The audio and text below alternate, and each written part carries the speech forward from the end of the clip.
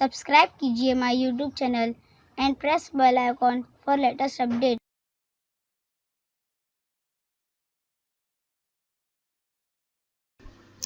अस्सलाम वालेकुम। आज का ये वीडियो संच मान्यता किस तरह से फॉरवर्ड की जाए उसके लिए मैं बना रहा हूँ।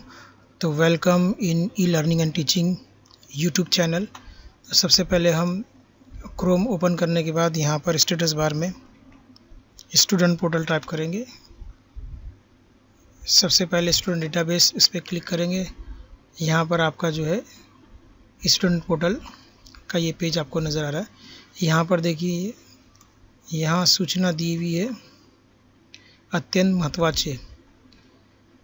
तो यहाँ पर दिया कि 30 सितंबर 2018 को जो है वो विद्यार्थी पट संख्या आधारे करण्याची सूचना यापूर्वी देण्यात आलेली होती, परंतु काही तांत्रिक अडचणीमुळे सदर सूचनेत बदल केलेल्या असून सर्व माध्यमाच्या सर्व व्यवस्थापनाच्या शाळांना सूचित करण्यात येते की सन 2018-19 या वर्षाच्या संच मान्यतासाठी दिनांक 4/10/2018 रोजी सायं 5 वाजता स्टुडंट पोर्टलमधील शाळेची पटसंख्या विचारात घेऊन संच मान्यता केली जाणार आहे, याची नोंद घ्यावी।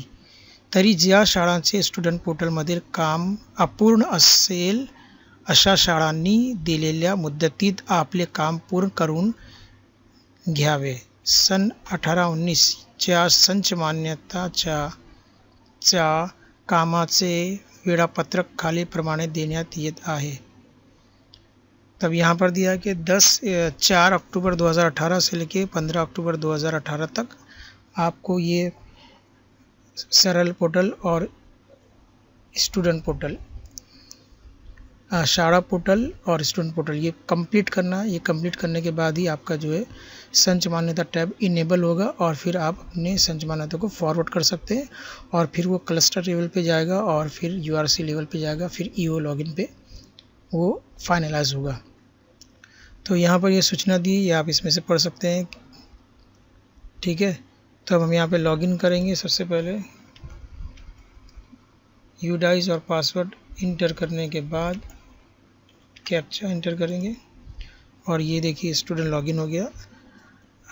ये स्टूडेंट पोर्टल लॉगिन हुआ। अब यहाँ पर आपका जितना भी attach student, attach approval, promotion और ट्रांसफ़र के ये जितनी भी तीनों टैब है, ये अगर आपका कंप्लीट है तो ही आपका संच मान्यता इनेबल होगा। यहाँ पर 3rd नंबर पे रिपोर्ट 2018-19 इस पर क्लिक करेंगे।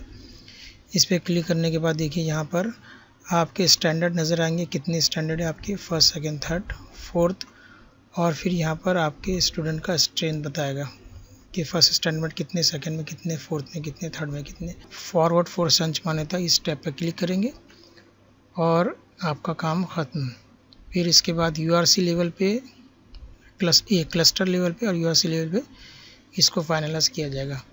तो उम्मीद है आपको ये वीडियो पसंद आया होगा, तो इसे ज़्यादा से ज़्यादा लाइक कीजिए, शेयर कीजिए।